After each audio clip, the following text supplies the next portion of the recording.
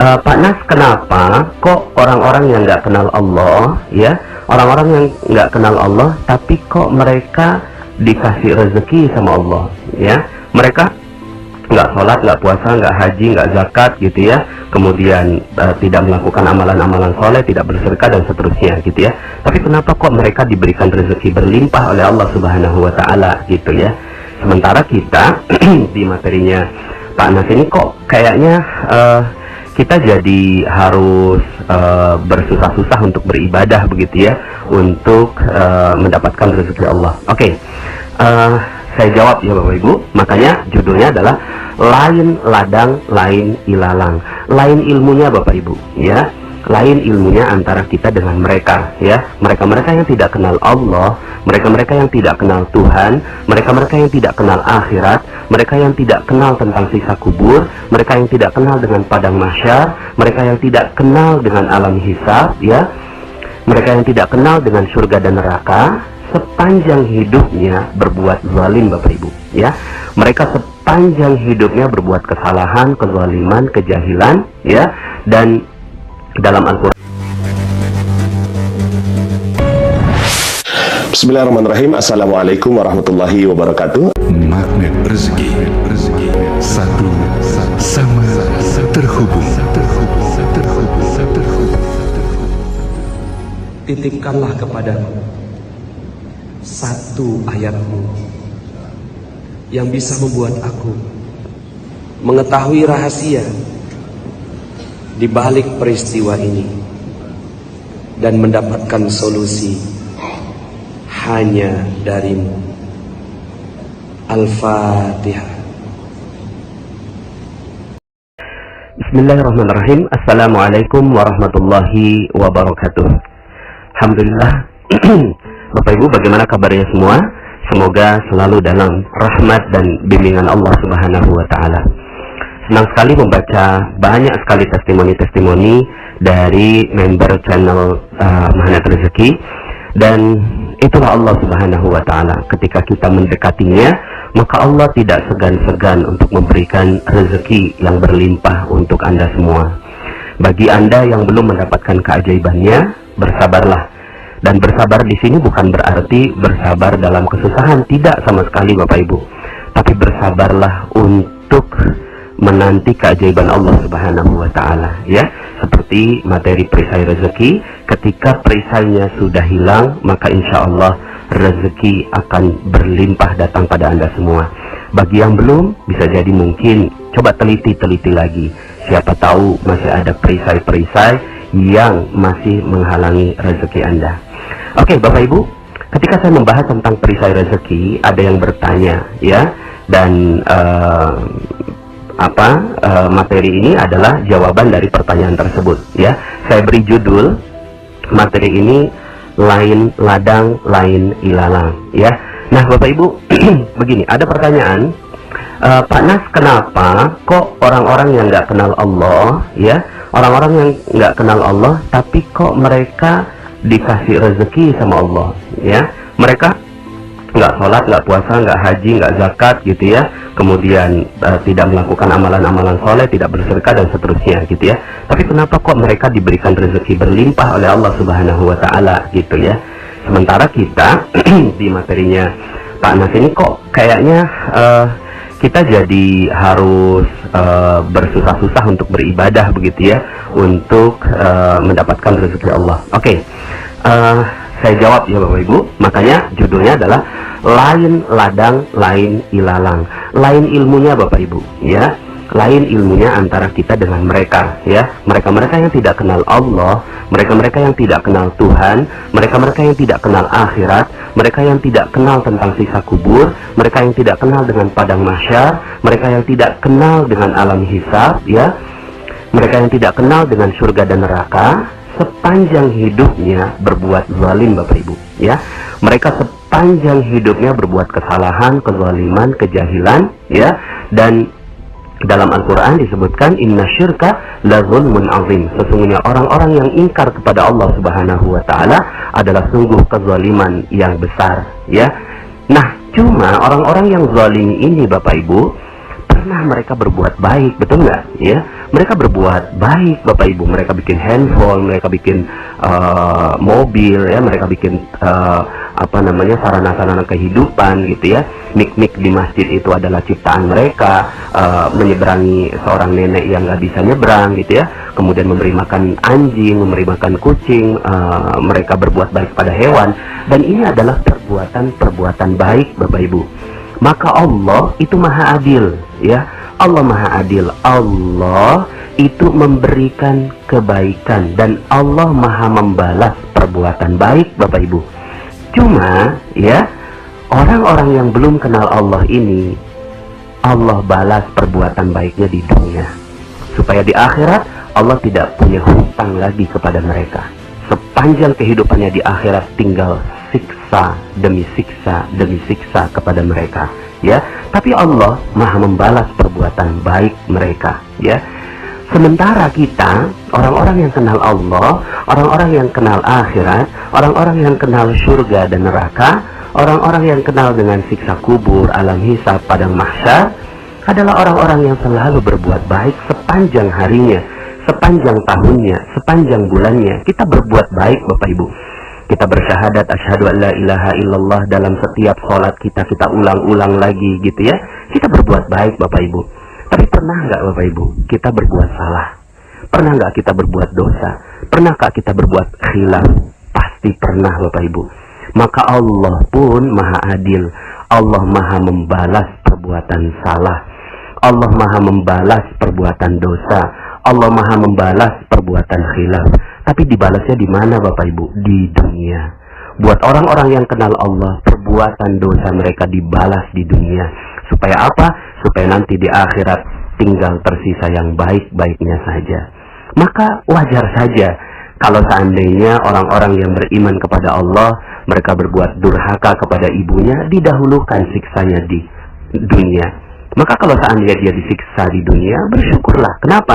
Karena tidak akan ada lagi bagian siksa nanti di akhirat, ya. Kalau seandainya kita sekarang jatuh, bangkrut, ya, dan seterusnya, ya bersyukurlah. Berarti itu adalah pengguguran dosa yang Allah Subhanahu wa Ta'ala dahulukan pengguguran dosanya di dunia, ya. Sehingga akhirnya nanti tidak ada lagi penghapusan dosa di akhirat. Kan senang, bahagia kalau sudah demikian. Maka dalam sebuah hadis disebutkan tidak adalah kesusahan, ya, yang dialami seorang mukmin walaupun dia hanya tertusuk duri, kecuali diampunkan dosanya oleh Allah Subhanahu wa Ta'ala, ya. Maka di sini jelas, Bapak Ibu, ilmunya akhirnya berbeda, lain padang, lain ilalang, gitu ya. Mereka beda ilmunya. Mereka hanya inginkan kehidupan dunia. Mereka hanya inginkan kehidupan dunia, maka mudah sekali bagi mereka untuk dapatkan dunia yang berlimpah. Mudah sekali, ya. Hanya cukup berbuat baik, ya, maka mereka akan mendapatkan kehidupan dunia mereka, ya. Begitu aja. Jadi kalau seandainya kita melihat mereka diberikan kemewahan, kejayaan di kehidupan dunia, ya nggak usah gimana-gimana. Emang mereka, Allah maha baik, gitu ya. Allah maha baik. Cuma mereka hanya mendapatkan bagian itu di kehidupan dunia. Tentunya kita tidak mau hanya dalam kehidupan dunia saja. Begitu ya, Bapak Ibu, ya. Dalam Al-Quran disebutkan dalam surat Ali Imran ayat 176. A'udzubillahi minasyaitonirrajim. Wa la yahzunka alladziina yusari'una fil kufr innahum la yadurrullaha syai'a yuridullahu an la yaj'ala lahum hazzan fil akhirah wa lahum 'adzabun 'adzim. Janganlah kamu disedihkan oleh orang-orang yang segera menjadi kafir. Sesungguhnya mereka tidak sekali-kali dapat memberi mudarat kepada Allah sedikit pun. Allah berkehendak tidak akan memberi sesuatu bahagian pun dari pahala kepada mereka di akhirat, dan bagi mereka azab yang besar. Nah, jelas Bapak Ibu, ya, jelas sekali dalam surat Ali Imran ayat 176 ini, Allah tidak akan berikan bagian kepada mereka nanti di kehidupan akhirat, ya.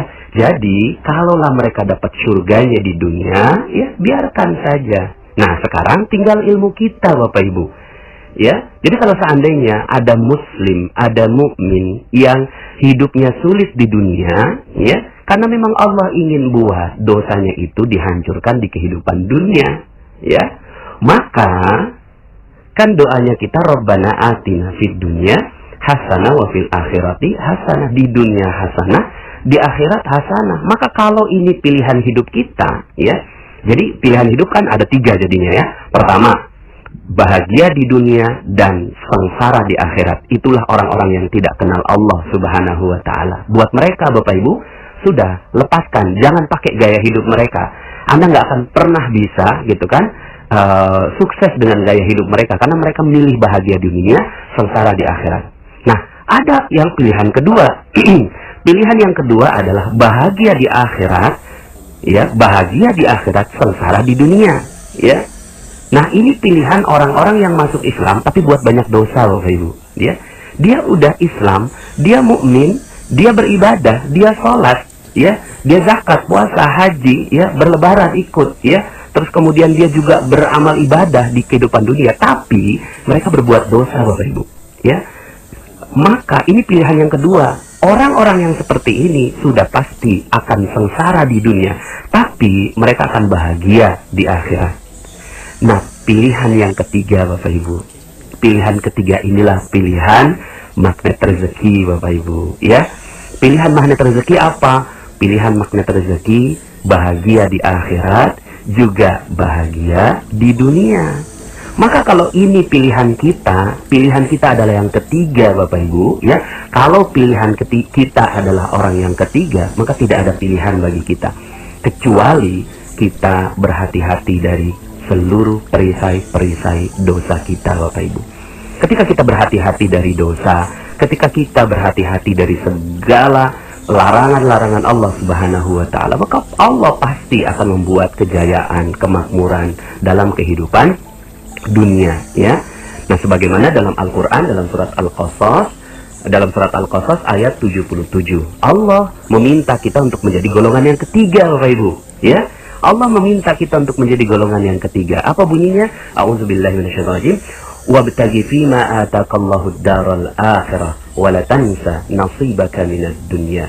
Ya, dan carilah pada apa yang telah dianugerahkan Allah kepadamu kebahagiaan negeri akhirat. Jadi yang memang disuruh kejar tuh kebahagiaan akhirat Bapak Ibu, ya. Memang udah visinya visi akhirat, tapi wala tansa nasibaka minad dunya, tapi jangan kamu melupakan bahagian kenikmatan dunia. Tuh, Allah ingin gitu ya, kita untuk ambil bagian dari kehidupan dunia kita. Jadi kalau ada yang mau nikmat di kehidupan dunia, hidupnya bagus, ya, kemudian berjaya, berlimpah, kaya raya, dan seterusnya dalam kehidupan dunia, akhirnya ilmunya berbeda Bapak Ibu. Lain ladang, lain ilalang. Yang harus kita lakukan dalam kehidupan dunia ini akhirnya 2 Bapak Ibu. Pertama, berhati-hati dari seluruh dosa-dosa kita. Kenapa? Karena setiap dosa Allah akan balas di dunia. Ya, karena kita sudah pilih menjadi seorang mukmin. Allah akan balas dalam kehidupan dunia. Hati-hati Bapak Ibu, ya. Durhaka pada orang tua, suudzon kepada orang lain, atau buruk sangka kepada orang lain, kemudian keluh kesah kita dan seterusnya, itu nanti Allah akan balas dalam kehidupan dunia Bapak Ibu. Maka nggak ada pilihan lain bagi kita. Kalau seandainya kita mau hidup enak, nikmat di kehidupan dunia, maka berhati-hati terhadap ini semua. Jadi ini nanti akan saya bahas pelan-pelan, terus perlahan-lahan nanti saya tambahkan dosisnya dalam ilmu magnet rezeki Bapak Ibu. Nah, Allah juga buka di dalam Al-Quran surat ayat yang tadi, ya, wa ahsin kama ahsanallahu ilaik. Nah, ini rahasianya, ya. Rahasianya kalau mau hidupnya enak di dunia, kata Allah, berbuat baiklah kepada orang lain. Tuh, wa ahsin, berbuat baiklah kepada orang lain sebagaimana Allah telah berbuat baik kepadamu. Wala tabghil fasada fil ard, dan jangan berbuat kerusakan di muka bumi. Itu jelas. Allah minta kita jangan berbuat kerusakan. Berbuat kerusakan di mana? Di pikiran, di perasaan. Perasaan jangan berbuat kerusakan Bapak Ibu, ya. Pikiran juga, ya. Kemudian spiritual juga, gitu ya. Kenapa? Karena Allah telah buatkan hukum. Ini hukum dari Allah Subhanahu wa taala. Innallaha la yuhibbul mufsidin. Sesungguhnya Allah tidak menyukai orang-orang yang berbuat kerusakan. Coba lihat Bapak Ibu, ya. Jadi, maka tidak ada pilihan lain buat kita. Kalau kita mau bahagia di dunia, mau bahagia di akhirat, tidak ada pilihan buat kita kecuali kita melakukan 2 hal. Pertama, hati-hati dari dosa. Yang kedua, berbuat kebaikan Bapak Ibu, ya. sebagaimana orang-orang yang golongan pertama berbuat kebaikan, ya. Wa ahsin, dan berbuat baiklah, ya. Seperti itu. Nah, pertanyaan berikutnya, ada yang bertanya kepada saya, Pak Nas, bukannya rezeki itu udah ditakar, ya? Kan semua rezeki udah ditakar ketika kita di umur 4 bulan di rahim kita.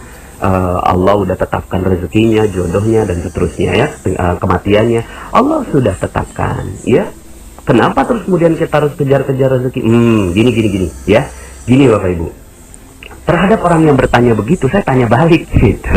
Jadi terhadap orang yang bertanya begitu, kan udah ditakdirkan. Saya tanya balik dong sama dia, ente udah tahu dong takdir ente berapa rezeki ente?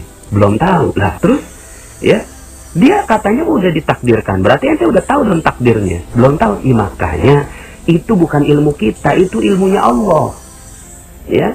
Itu ilmunya Allah. Ditakdirkan itu ilmunya Allah. Karena kita nggak tahu takdir kita, takarannya berapa, takaran rezeki kita, maka gitu ya, ya sudah, kerja saja yang baik-baik, gitu kan, buat saja yang baik-baik. Nah, terus akhirnya saya tanya balik, mau nggak saya kasih tahu takdirnya ente berapa banyak, takaran rezeki ente berapa banyak, mau nggak saya tanyakan gitu ya. Dia jawab mau.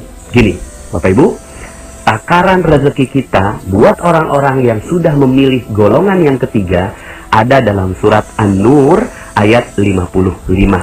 An-Nur ayat 55, ya. Dalam Al-Qur'an Allah berfirman demikian. A'udzubillahi minasyaitonir rajim. Wa'adallahu alladhina amanu minkum wa 'amilus salihati la yastakhlifannahum fil ardh لا يستخلفنهم في الأرض كما استخلف الذين من قبلهم. Nah, Bapak Ibu, Allah telah berjanji kepada orang-orang yang beriman di antara kamu dan mengerjakan amal-amal yang soleh. Apa janji Allah terhadap orang-orang yang ketiga ini, ya, iman dan amal soleh? Bahwa dia sungguh-sungguh akan menjadikan mereka berkuasa, berjaya, mulia, kaya raya di muka bumi, sebagaimana dia telah menjadikan orang-orang yang sebelum mereka berkuasa. Bahkan Allah jelaskan berkuasanya di situ dalam hal apa saja, gitu kan. Sungguh dia akan menemukan bagi mereka agama yang telah diridhonya untuk mereka. Jadi teguh, menang, begitu Bapak Ibu, ya. Dan dia benar-benar akan menukar keadaan mereka.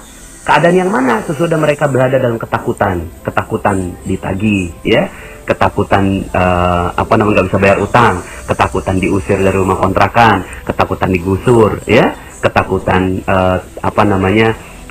secara politik nggak menang, gitu kan, ketakutan macam-macam ketakutan, ya. Allah akan nukar ketakutan mereka menjadi aman sentosa, begitu Bapak Ibu, ya. Dan ciri mereka adalah mereka tetap menyembahku, ya, ya'budunani la yusyrikuna bi syai'a. Mereka tetap menjadi golongan orang yang ketiga, enggak jadi golongan yang pertama Bapak Ibu. Mereka tetap menyembahku dengan tiada mempersekutukan sesuatu apapun dengan aku, ya. Wa man kafara ba'da dzalik fa ulaika humul fasiqun.